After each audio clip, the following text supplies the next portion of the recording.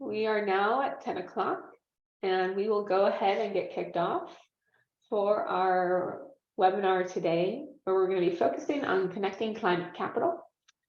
And we are honored to feature two guests, two thought leaders in this space, which we'll get to very shortly. And more than anything, what we're really excited to do today is to really continue in a programmatic sense the effort and strategy that went behind a very special set of convenings and momentum from the US Africa Leaders Summit, namely. And Telesto has had a role in coalescing the originators of climate capital, the recipients of climate capital, and really working towards building a bridge. So you can see this is part of a long-term commitment, a long-term programmatic effort, and a dedication to really how do we solve these questions related to the global climate crisis. And we all know it comes back to how do we mitigate that financing gap. So stay tuned for a lot more. This series, we've recently kicked it off, and again, excited to spotlight global experts. And we welcome the participation and the discussion from everyone who's on the line with us. And then as we have more opportunities to meet in person, we'll be sure to announce that to this group as well. And then really quickly, a brief note about Telesto. Like I said, we're involved with a number of partners involved in this climate capital value chain. And when we work with investors, when we look with recipients and some ecosystem actors, there's a number of things that we can do to support them with. A lot are starting an ESG journey, and a lot of that's on the recipient side. The tone starts at the top, so we work with executives and leaders to make sure that there's a readiness and understanding at that level. In terms of, again, a highlight for today is green financing and debt instruments. So we're looking forward to go deeper into that with our esteemed guests. And then again, a crux of this climate question is net zero, and how do businesses and governments and countries get there? So that's another thing that we look at. And we do believe with business on board, integrating ESG and sustainability into a growth strategy is the best way to sort of pull that lever. And it's one of our areas of focus. And then with a push on quantifiable results, we know it takes data. And so we work with a number of partners regarding how to do that in a streamlined fashion. So a little overview about where Telesto plugs into this question. And with that, I will hand it over to my colleague, Andrew, who will be our moderator today, and he'll introduce our speakers. Over to you, Andrew. Thanks, Alex. So very excited to be having this second of our episodes in the Climate Capital webinar series today.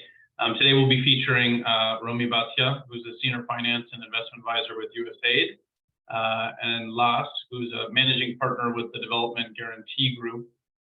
As also another little special treat, Romi and Las have prepared a bit of a short presentation that they'll lead off with, I think, to set a little bit more of the scene about what they're working on together and some of the really exciting stuff that USAID and the Development Guarantee Group are partnering on, specifically in climate finance in Africa. So they'll go ahead and give us a little bit of a presentation talking about the work that they're doing together. And then after that, we'll go into a period of question and answers where I'll be directing questions towards both of our esteemed guests. And then time permitting, we'll also spend some time fielding questions from any of the attendees. As usual, as we're going through this, if you have any questions, please do write them in the chat, and then we'll try to address them in turn. But without further ado, Romi and Las, welcome to the webinar series. We're happy to get you all kicked off here with the presentation. I'm going to share my screen, and obviously, whenever you want to change the slide, just let me know, and we'll move forward with it. Or Alex, you're going to share it? Okay, great. Take it away, Romi and Las. Great, thank you. Hopefully you can hear me well. So thanks, Andrew, and thank you, Alex, and the Telesto strategy team for the invitation. I'm delighted, Alex, that that we're continuing that discussion that we started at your event during the Africa Leaders Summit, focused on climate finance in Africa. And I think these webinars are very timely, certainly to elevate the discourse on this topic, given the urgency that we face to tackle the impacts of climate change on the African continent. But but we also know it can't just be about talk. That was one of the themes of that session, is the talking that needs to lead to action. So my plan today is to be able to present some of these actions for discussion in our webinar. And so for next slide, I wanted to do that by inviting one of our many private sector partners, Lasitha or Lasitha Perera, who's the managing partner of the Development Guarantee Group. You'll hear later from Las in the session on the Green Guarantee Company. So if you can move to the next slide, these are the topics that we'd like to be able to cover, and obviously leave plenty of time for discussion with the participants. I wanted to set a little bit of the stage for the climate finance in the African context. You have heard of some of this from previous Telesto strategy webinars, but it's worth re-emphasizing some of these data points.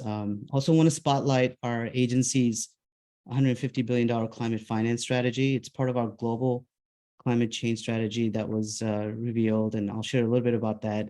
And then I want to delve directly into 3 examples, which I think will be very poignant for our audience on how USAID with its partners is really trying to address the climate finance gap. And there'll be examples from one at a local level in Rwanda, a second one focused on catalyzing investments into climate-related projects. And then I'll turn it to Las, who will speak to something that is at a much larger scale in terms of mobilizing capital for climate-related projects, and that's with the Green Guarantee Company. And then we'll turn it to Q&A. So we don't have too many slides. We don't want to inundate you with lots of information. We really want to have a good dialogue, but some of these slides hopefully are helpful in providing some context. So with that said, maybe we can move to that next slide.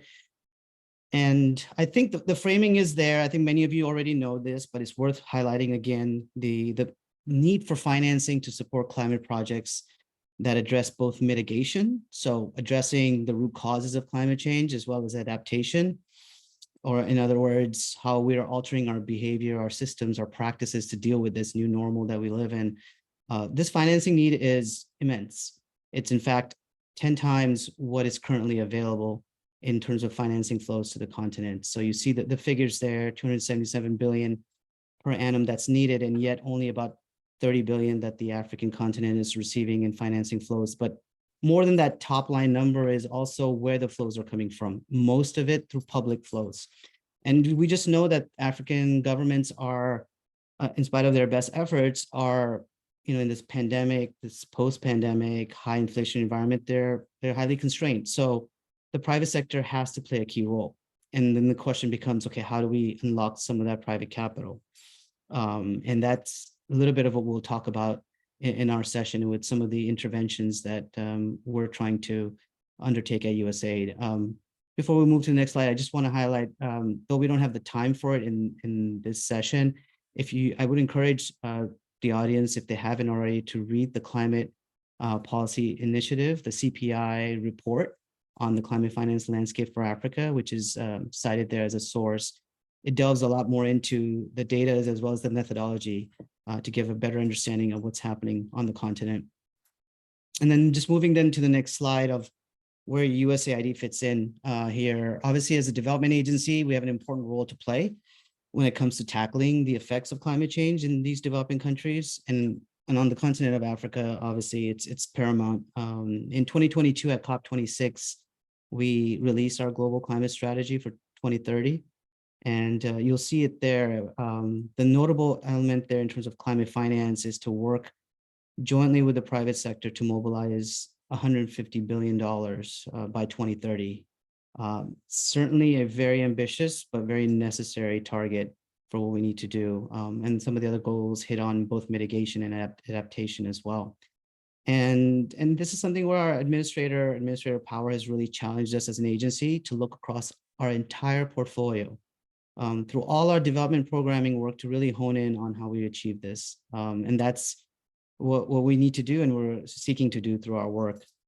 So with that said, and some context there in terms of both climate finance gaps as well as our agency strategy, I wanted to delve right into the first example. So here you'll see one particular country case. We're looking here at Rwanda, which has a very large climate finance gap of 9.9 billion. Now, much needs to be done. And so our efforts here are at the very early stages, but we're starting by launching what's called the Sustainable Banking Alliance. And it's essentially, the goal is to start in Rwanda and aim to scale up from there once we gain the lessons that we're learning. USAID is doing something very similar in the nation of Colombia. So Latin America, we have several initiatives. And essentially the focus here is to be able to look at and hone in on the Glasgow Financial Alliance for Net Zero. For those that don't know, it's GFANZ. And it's this alliance that's comprised of the world's leading financial institutions that have committed to accelerating the decarbonization of their economy. Now, what's interesting about this is who's not at the table are some of Africa's leading financial institutions. So the reality is that if these institutions are not shifting from shifting to green financing and undertaking carbon accounting across their portfolio, they'll continue to do business as usual. And that really has an impact in terms of the financing that they extend for what are then fossil fuel driven economies. So our goals are simple: support in training, equipping, and encouraging local banks to pursue net zero strategies. And we're doing this effort with close collaboration with the Rwandan government, with the Reserve Bank of Rwanda and their banking association. So we'll start with a pilot of 5 to 6 banks in 2023 and look to expand from there. And so again, this is one component of a much broader sustainable financing roadmap that Rwanda has that we're working on. So I wanted to give this as one example of how we're working at the local level with African financial institutions to be able to unlock more of their financing for green related projects, but more so also accounting for what is in their portfolio currently as they make this shift. If you could, Andrew, move to the next slide. The second example of what we're doing is at a more regional level. This is something that I oversee directly within my work at the Africa Bureau. We're working very closely with a number of financial intermediaries. They're private equity and venture capital funds. And essentially, these are funds throughout the continent that are investing in Africa's most brightest and most impressive entrepreneurs who are finding solutions to climate challenges, they're creating jobs, and they're scaling businesses across borders. And we wanted to really help support and scale this effort. And so the CATALYTIC Capital Facility, which is essentially an opportunity for these financial intermediaries to apply for grant funding, to be used in a very, we believe in a very strategic way. So our grant money ought to be used in a blended finance approach alongside very reputable and accomplished private sector investors that are aligned with our development priorities. And we've already awarded 5 to date. Several of them were announced during the Africa Leaders Summit that I referenced in December, and we'll be announcing more. And so really our goal here is to be able to get these funds that are operating. In some cases, they're newly established. They're run by women. They are focused on gender and climate lens investing. But what they're doing is they're also, which fits under the broader focus of Prosper Africa, which is to enhance two-way trade and investment between the continent and the US. They're mobilizing funds from US and European as well, investors to the African continent.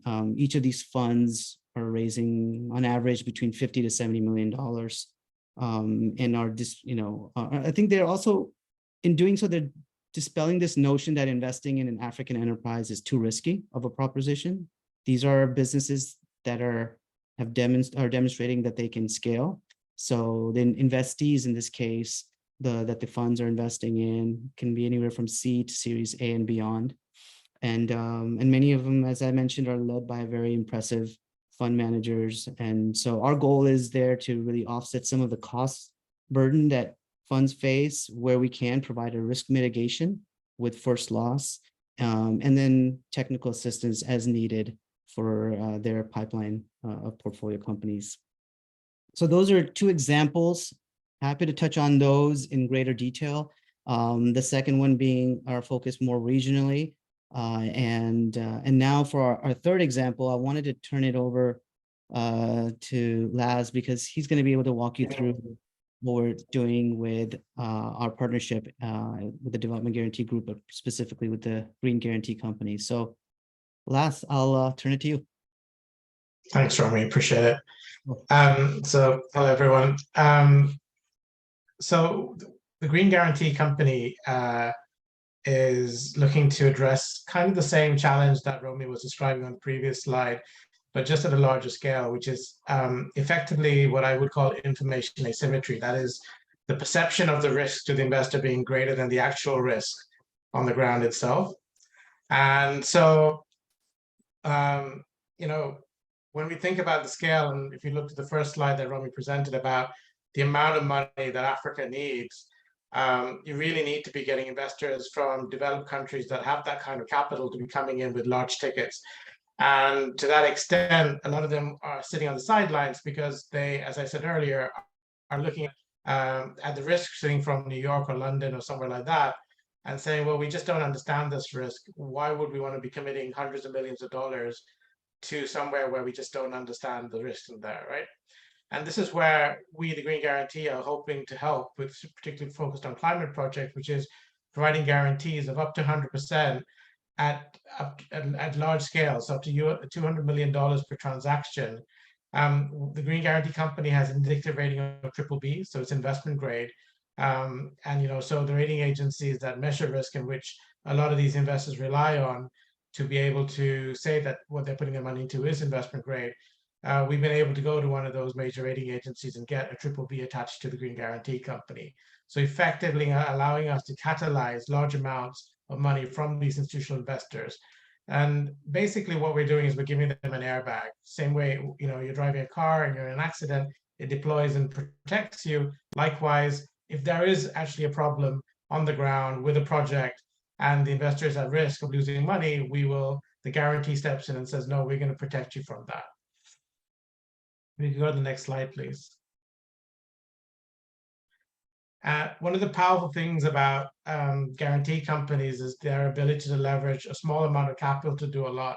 If you think about it, a guarantee is just a promise to pay at some future event, at some event in the future.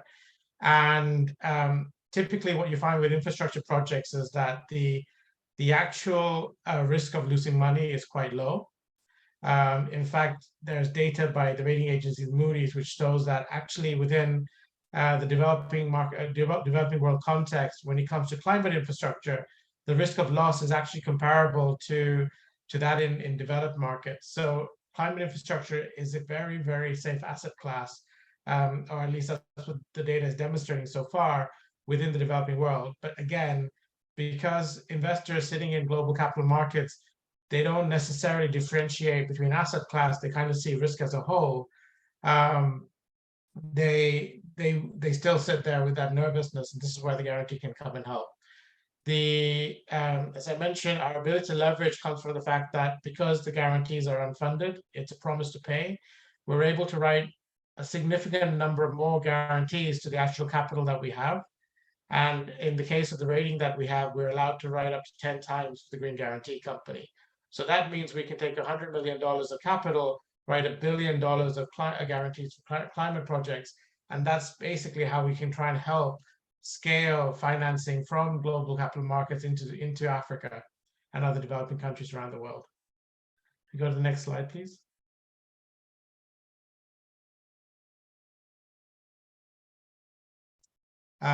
So from a geography perspective, we're looking at pretty much every developing country that's out there. From a sector perspective, we are focused on a few specific sectors which are quite significant and important for the climate transition, and also where we see the majority of the opportunity sitting within the developing world. So energy is an obvious one, but there's also transportation. There are 700 million vehicles in India, for example, probably a comparable amount across the continent of Africa. So moving those vehicles from fossil fuel generated engines to electric vehicles is a big ask. But again, you need large amounts of capital to do that. So that's a very important sector to look at. Water and nature-based solutions as well. Energy efficient buildings, again, a bit like transportation, a massive area for support for climate transition. and waste and pollution control, which is more on the adaptation side. As temperatures rise across the continent, it's becoming more necessary for people to move towards living in cities where they have more access to services more easily, and they can protect themselves from the heat. And that creates a massive waste and pollution issue, which needs to be addressed as well. So from an adaptation perspective, the Green Guarantee Company will look at that. Next slide, please. So based on a portfolio that we're hoping to achieve of about $4 billion of guarantees over 10 years, we're expecting to take about 74 million tons of carbon out of the air and help around 17 million people directly and over almost 20 million indirectly as well. And because we are looking at those 5 very broad sectors that I mentioned on the previous slide, we're also able to address quite a number of the SDGs, some of them quite significantly, but I think we touched pretty much every single one of them. Next slide, please. So the way we're partnering with USAID is that USAID are providing us with some catalytic capital from their Climate Finance for Development Accelerator, and that we're using to try and mobilize some private sector investors into the Green Guarantee Company itself. We have 80% of our funding at the moment coming from the UK government and the Green Climate Fund, and we're looking for that balance 20%. And with USAID support and their first loss tranche, we're hoping to mobilize the bulk of that from the private sector. So that's something that we're working on in Compacted. Okay, next slide, please. But I think that might be me. Okay, over to questions. Yeah, thank you very much, Las and Romi. Very interesting stuff, and really gives, I think, a pretty colorful illustration of the kinds of things that USAID is working on. In particular, love the additional detail on the stuff that you're working on in the guarantee space. I wanted to start out just by sort of first talking about some of those initial slides you introduced, Romi, around the $150 billion target that USAID has set, which is obviously massive and is going to be hopefully catalytic in really chipping away at some of the big need that's needed to address climate change. I was just first curious, though, to begin with, it says 150 public and private. I gather that USAID's approaches try to be catalyzing some of the private through its own investments. I want to just better understand. So what proportion, what share of that 150 billion is kind of expected to be direct investments from USAID, like in the projects that you just shared? And what other percentage is expected to be sort of catalyzed from either guarantees or other technical support that's going to bring in this private level of investment? Do you have a sense of what sort of back of the envelope that's going to look like? Yeah, thanks, Andrew. The lion's share is going to come from the private sector, of course. When I mentioned these funds in the catalytic capital facility, and some of the funds have a very clear climate focus, we had essentially about $4.5 million to be able to try to mobilize or help these funds mobilize up to 200 million. So USAID, with its budget constraints and what we can do, won't be able to provide a significant amount. But we can do, to your point, is catalyze in the right way. Or when we see structures like what Laz has described with GGC, that we lend our support behind it along with other donors. So there are a lot of discussions that our chief climate officers engage with other donors, as well as with the private institutions, but most of it will be private sector driven. And it goes back to the very first slide on whether it comes from public, whether it's US and or the African governments, it still pales in comparison to what is currently happening from the private sector. So there's a lot to be done there. But yeah. No, certainly makes a lot of sense. And given how important it is, I mean, the leverage component to this is really what is the secret unlock, I think, in all of this. I just wonder if you could, I love the examples you provided, and I think they speak a little bit to the kind of comprehensive strategy that USAID is trying to take in catalyzing this private sector investment. But I wonder if you could just lay out for us sort of what are the 3 to 5 pillars or categories of initiatives that USAID is pursuing to unlock that lion's share of the 150 from the private sector. I mean, how do they just sort of break down, and where are you all focusing your efforts currently? So a lot, I mean, is in the energy space, as Laz was talking about, through our Power Africa initiative that's been ongoing for many years. So in terms of renewable energy, both on generation as well as distribution, as well as new structures like the Green Guarantee Company. Bulk of the funding, as you've seen, is gone towards climate mitigation, but adaptation obviously needs to be focused on as well. And so there's significant amount of work. We're a decentralized agency, so a lot of the funding rests with country missions or country offices. And our goal there is, as they're doing their design and planning, that they're integrating climate, the climate focus into their projects. So I would say, if you're kind of wondering in terms of 150 billion, is it more going towards one sector or another? It's less sectorally and more providing support for where we can work hand in hand with our DFIs, so the DFC, to be able to mobilize. So one of the examples I shared in terms of catalyzing funds, hopefully we'll be able to announce it soon, but it's with a particular fund that's also receiving a large guarantee from the Development Finance Corporation to unlock more of their private capital. So if it sounds too simplistic to say everything at once, but it seems like that's what's needed. The tools, majority of them rest within the Development Finance Corporation. Our grant money can be catalytic where it is properly used, and that's where we see it with GGC. But a lot of the financing will come in unison with our work with the DFC and then private sector actors. That's great. And then I wanted to ask you one more question here on sort of the strategy, because one of the things that stuck out to me when you were talking about the Rwanda example in particular is, yes, there's this access to finance piece, and that's partly about enabling the private sector or catalyzing the private sector to come in and provide more finance, partly about providing finance directly, but it also says plus the enabling environment.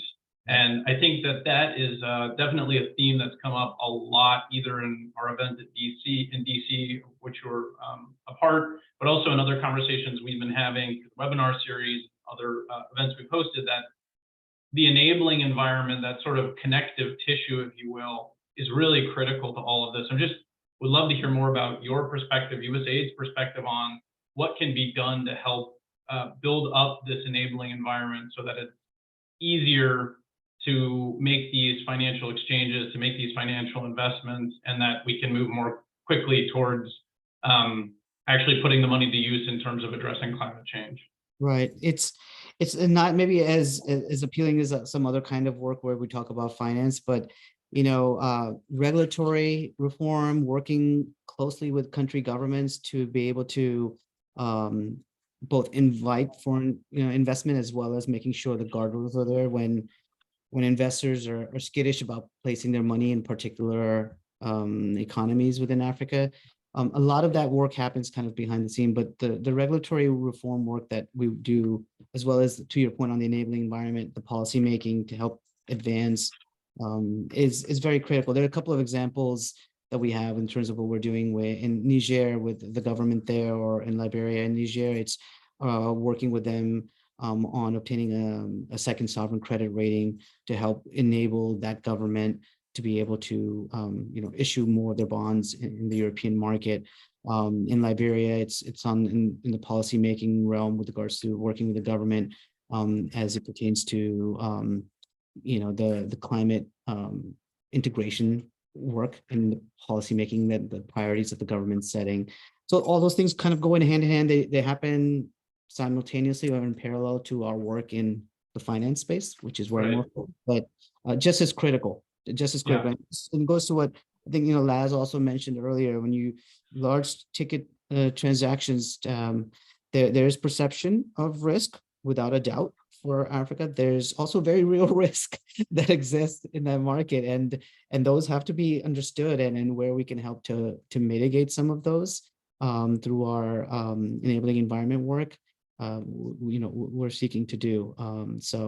But it is exciting. I just returned from a trip to South Africa and Cape Town, and I could just see that there's a lot of, in South Africa is kind of a place for where some of our funds that we're working with are anchored for expansion in other markets. They are going well beyond South Africa is a more mature market, investing in, DRC and a range of other countries where we know it's difficult. It's a difficult operating environment. Again, I think it parallels with the work we're doing.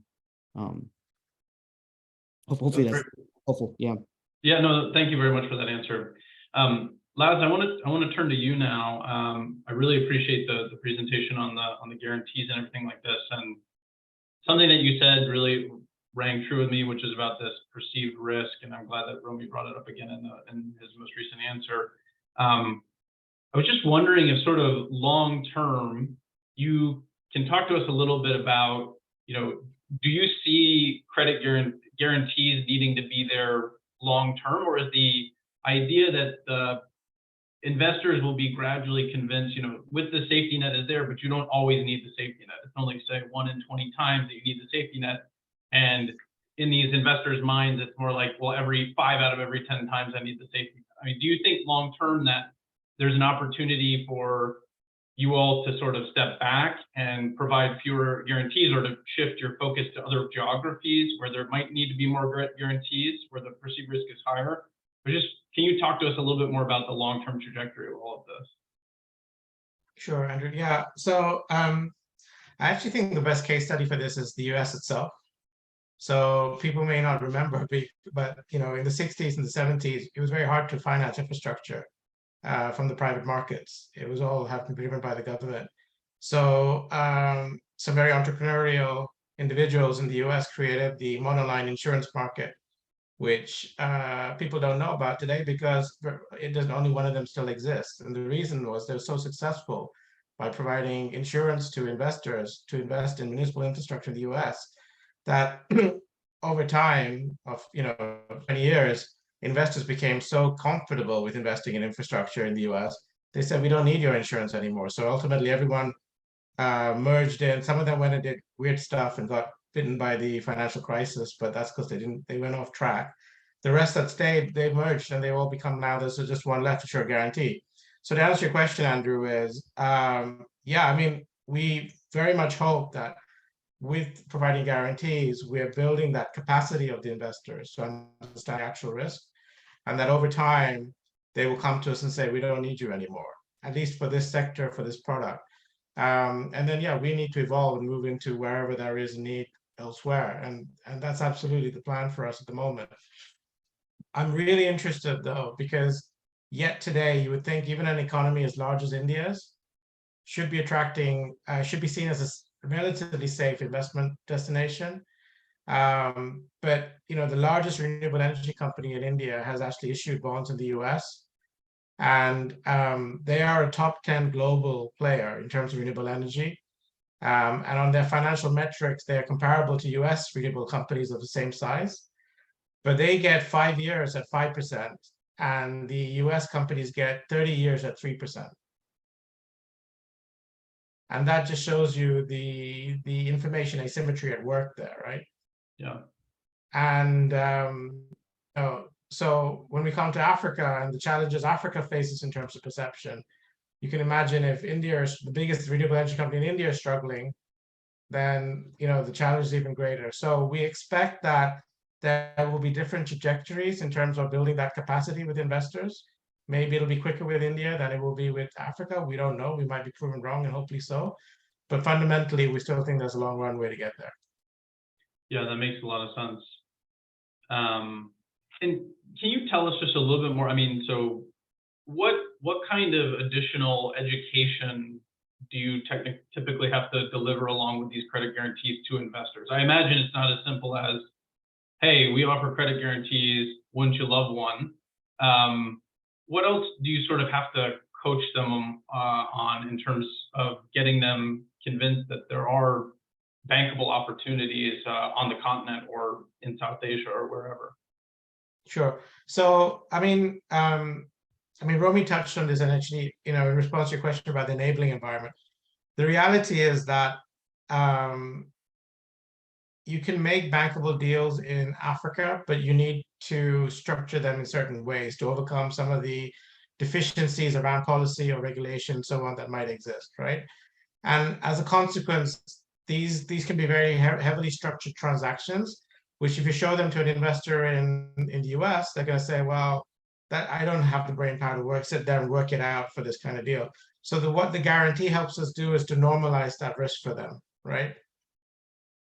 But over time, as these mitigating structures become more and more visible to these investors, after doing maybe 2 or 3 of them, they will say, well, okay, that's fine, we get that now. Our job from a capacity building place is not just to give them the guarantee, as you say, but to sit there and explain to them what these mitigating structures do and why they're necessary, and try and make it as simple for them to understand as possible. Because, you know, if I'm sitting at BlackRock, to use a name, you know, in the US, and I get an opportunity in Florida, an opportunity in Africa, but the African one's going to take me 10 times more work, I'm obviously going to look at the one in Florida. And what we want to try and do is reduce the amount of work that needs to look at the Africa one to make it easier for them to say, yes, we can do this, but still get them to understand. But the second part of the equation isn't just the investor. We have to work with the borrowers as well on the ground. They need to learn to speak the same language that the institutional investors sitting in the US are used to hearing and want to speak, and try and basically bridge that gap. And that's our job. So our job is to capacity build on both sides, not just on one.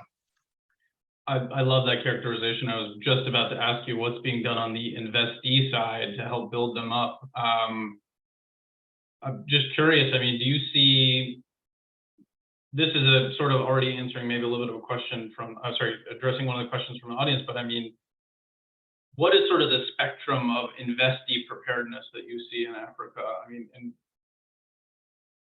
what kinds of initiatives are you having to pursue in order to build up that capability so that they speak the same language? I mean, the more specific you can be here, I think the better, just because I think sometimes for people not well versed in the investment space, it's hard to understand, okay, what does it mean to speak investment? But I mean, are we talking about helping them on their pitch decks? Are we talking about helping them understand what's an appropriate equity structure? Just could you say more about what precisely is the scope of preparedness on the investee side, and what you all are doing to build them up? So, so as you say, it is going to be quite a broad spectrum. There may be certain companies in certain parts of Africa that have already accessed international capital, maybe from DFIs, and so they have some level of sophistication around what's required. For those, what we find more the need is around climate reporting, and how do they monitor and report climate impacts for the financings that they are going to go for from a green perspective. Moving down the curve towards those entities that may be less sophisticated, we are having to look at a lot more hand-holding, as you say. We will typically be working with international origination partners, is what they call them, but they're effectively the global banks. And those guys, because those guys have the licenses to access institutional investors, so they need to be part of that team as well. So they can help with all the decks and stuff like that. Our job will mostly be around explaining the financial structuring to the local borrower, spending a lot of time doing the work with them, trying to get up their capacity, because the bigger banks don't have time and resources to do that, and getting there. So we will do a lot of hand-holding and bringing them up. And fundamentally, our job as the guarantor is to be the honest broker to both sides, right? So what we're saying to the investor is, we're putting our money where our mouth is, in terms of saying this is a good investment for you. And then with the borrower, we're saying, listen, we're not going to just do this deal and walk away from you. We are committed for the length of this deal to work with you to make sure that we help you communicate to the borrower, and that you understand what they need. Sorry, to the investor, and that you understand what they need, and that we are your long-term partner. So that capacity building will happen over a period of time, rather than just in the case of the transaction itself. Right, makes a lot of sense. Thanks for that, Lars. Romi, I wanted to come back to the Catalytic Capital facility a little bit here. There's a question from the audience here that I think is relevant to this. So, and part of this is talking about technical assistance to the entrepreneurs. To your knowledge, what is the status of technical assistance that currently exists on the continent? And what are you and your partners doing to address any gaps that might be there? Oh, that's a pretty broad question for a very diverse continent, to whoever the anonymous attendee is. Here's what I'll say. USAID has a very strong localization focus. So anything that I describe in terms of our work, finance as a tool to achieve development impact can't happen without the, the necessary technical support. So we work with a number of organizations on the ground that are able to provide that. So if it's to the entrepreneurs, many of the funds that we work with already have that built into their investment thesis. It's more than just providing capital. And so that's one of the reasons we're working with them, is that they have an understanding that some of the African entrepreneurs that they're working with, ESG, environmental social governance, it's not necessarily integrated or built into they're starting and running a company. They're trying to survive and thrive. So they need support. And that's where some of these funds are providing that, or if they're not, we're helping them because we've been doing that in other places. So there are a whole range of NGOs that we work with that provide that kind of technical assistance, whether it's to smallholder farmers or in the renewable energy space. The status of it, I mean, it's happening in a large. I can direct the question to potentially which country and what our support is, if that's helpful. But it's very important. And if you want, I can take that other question as well on the US-China competition. Sure. Why don't I'd love to hear answers from both of you on this one, but Yeah, please feel free. let's get Laz's perspective on it too. So I think it's very obviously, I was just mentioning I came back from South Africa, so it's very real, right? You'll read and understand it at a macro level in terms of what's happening globally. But so from where I sit, and again, I sit from the lens of looking at the markets in Africa where we're partnering with these funds. I'll tell you what I can say is the best counter. And I think Laz even said it himself, like in terms of being an honest broker, you have to demonstrate that it's not a donor grant funding or donor beneficiary relationship, that it's, partnering with African organizations, partnering with African entrepreneurs. The reality is there's tremendous innovation and entrepreneurial drive on the continent. I've seen it firsthand. It's not the first time I was there. I've seen it in the past through my other work. And I think for us, the best counter is to be able to ensure that we are in our own work as well as through our partners, doing work that is there's transparency involved, there's compliance with ESG principles, and there's a long-term commitment. And that is, what I think will allow us to work in good faith with our African partners when it comes to tackling some of these development challenges, whether they're in the agriculture space or in the energy space. But it is complex, so I don't want to minimize the complexity of it. But I think for where USAID sits with its partners, those are important principles, not just to speak about, but to carry out in our actions. And I think that is it's why we, it's more than just providing money to private equity funds, or funds that are operating all over the continent. There's no shortage of that. It's a question of who are doing the work that is done in a transparent way, done with those key principles in mind that I was sharing, that we want to align with. So I think that's kind of our guiding principle. Last, before we get to you, I just want a couple of follow-up questions for Romi here. So, I think you can compare and contrast a little bit sort of the Chinese versus American model here in terms of intervention. And in Africa, one being, I think the simplest way to characterize it might be around direct lending or direct investment relative to what you talked about, which is trying to catalyze the private sector, be it domestic, meaning of a specific African country, or international. I was just wondering, can you help us understand some of the trade-offs of the different models here between direct lending approach and a more like catalyzing the private sector approach? Yeah, have doing the tough work to help support and strengthen an enabling environment, a robust civil society, and a private sector that can thrive in some of these nascent capital markets. It takes time.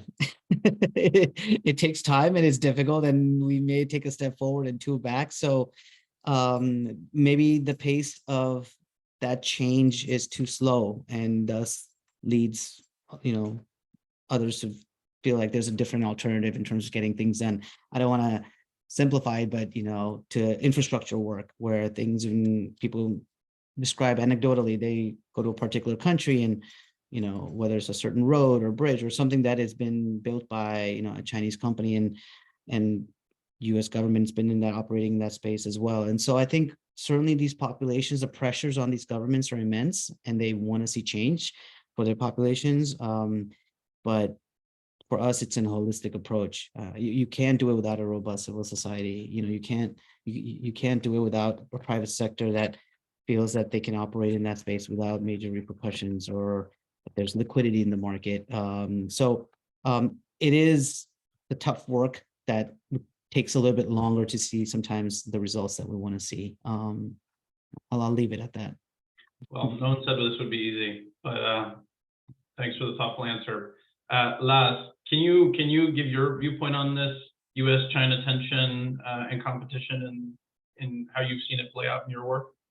Well, I don't feel like I'm qualified to speak on behalf of either, but all right, speak on behalf of yourself then, please.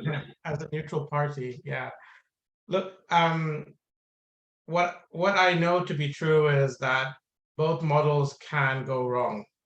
If you look to Sri Lanka and Pakistan, what's happened there with China, there are lots of examples where the direct lending approach hasn't been helpful. Yeah. So what that tells me ultimately is that whoever is lending, regardless of their identity, it needs to be done in a way that is realistic and affordable, and ultimately flexible enough to help to move with the volatility that a lot of these countries are dealing with, which speaks to the mitigation strategies that I was talking about earlier, which we have employed. So the Development Guarantee Group, are myself and a bunch of other individuals that have run guarantee companies in emerging markets. And so, we've learned the hard way how to basically create structures that flex and work with the challenges that a lot of these countries face. So, in the absence of taking that approach and being quite, this is my product, and if you don't like it, then tough, but, and I'm not going to give you any other choice, then you're going to create issues in the long run for these countries. And that can, that's true of any organization that takes that approach, I would argue. So fundamentally, there's a responsibility to recognize the volatility that exists in these countries, but create structures that have the flexibility to allow these countries to manage through that volatility. Great. Thank you very much for that answer. I'd like to shift a little bit more like future focus now. Just been very interesting getting your responses on sort of the current state and obligations and things like that. Romi, COP26 was the announcements of the 150. COP27 was talking about the programs to address it. What does COP28 through 33 hold for USAID, insofar as you're willing to look into your crystal ball and tell us? Yeah, I will have to punt on that question because I sit within the Africa Bureau. We actually have a chief climate officer at USAID, Gillian Caldwell, and our team. So I think they're probably best positioned to speak writ large, right? Because it goes beyond Africa.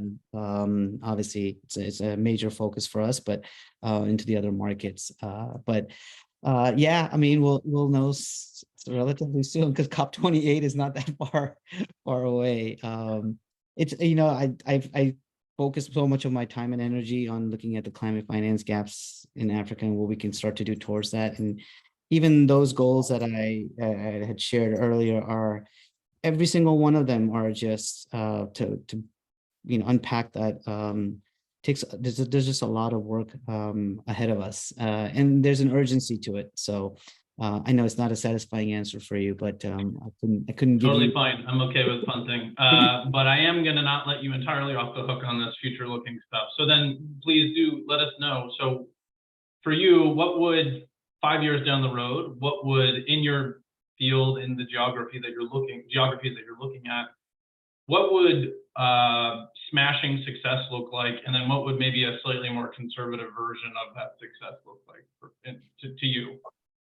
Yeah, the funds that have reached out to us applied, and we can't support all of them, that are raising money from investors from the US, from high net worth individuals, from family foundation, from offices where they're seeking, this goes to Las's point as well on risk mitigation. They're seeking first loss. The hope is that we can see the success, that they're not looking for first loss anymore because the case has been made. And moreover, they're on their second or third fund. And they've expanded because they've identified amazing opportunities in the Horn of Africa. There are a lot of funds operating in the East and Southern.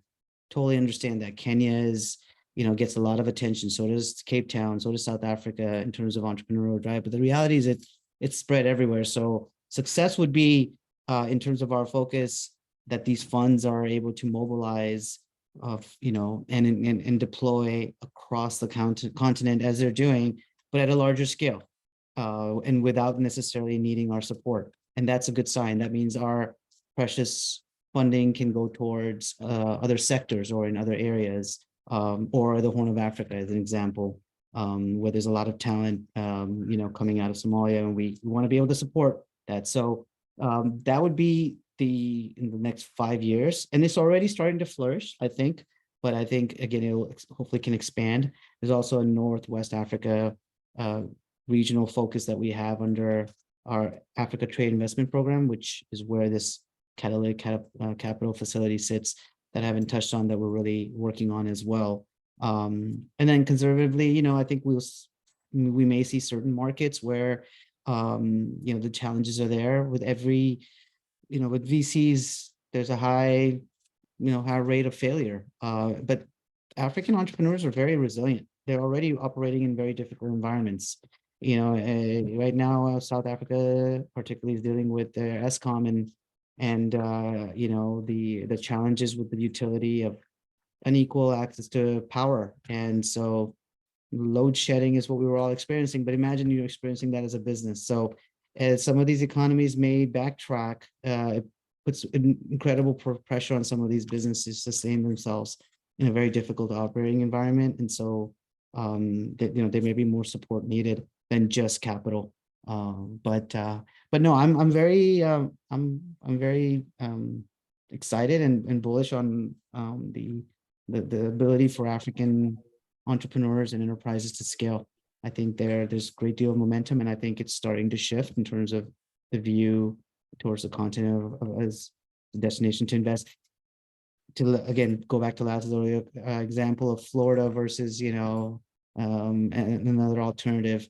Hopefully we get to a point where they're looking at those equally. They're looking at another market and an African market, and actually choosing the African market to invest. That's I think that in and of itself speaks to changing the narrative. That's great. Thank you for that, Romi. Laz, same question to you. Well, I guess a lot of what Romi said, but I think what I would add is that I'm always taken by the example of how mobile phone has transformed the African continent, and I'm hoping that Africa recognizes the opportunity that sits within the climate transition for them to also use technologies to leapfrog and things in terms of housing, in terms of transportation, and so on. And we are seeing a lot of that. We're in discussion with USAID that looking at creating an aggregation vehicle, which the Green Guarantee would support for electric mobility in Africa, because there are a lot of entrepreneurs coming up into that sector. And from that perspective, why not in 5 years that actually EVs are there are as many EVs as sort of fossil fuel engines out there. Is that a realistic expectation? I would hope it would be, right? Because with the right support and the funding, these guys could really deliver. So let's see. That's great. Well, we're getting close to time, and there's only really one audience question left, which is, would either of you be kind enough to be willing to share your presentation materials with the audience? I think there's interest in that, and I certainly found them really interesting. So not a question we need to address here right now live, but something that we can pick offline. It's definitely for consideration. I just wanted to say then, Romi and Laz, thank you so much for your time today. We really, really appreciate it. It was great getting you guys to start with that presentation and then also being very honest and forthright in your answers to our questions. So thank you very much again. Likewise, thank you. Appreciate Yeah, it. thank you. I dropped my email address there. If anybody wants to reach out, happy to always engage and answer any questions or to discuss further. So thank you. Thank you, Andrew. Great. Thank you, Romi. Thank you, Laz. Really appreciate it. Just one last announcement before we wrap up entirely. So the next Climate Capital webinar series will be the 31st of March. Ailun Yang will be our featured panelist or featured guest. She's a big part of the environmental program at Bloomberg Philanthropies, and I think she'll be able to provide a different perspective in terms of sort of that philanthropic angle and thinking about blended finance and things of that nature. So we hope that you'll tune in for that discussion with Ailun, and we thank you for tuning in today. All right. Thanks, everyone. Thank you. Everyone. Thank you. Take care. Bye. Bye-bye.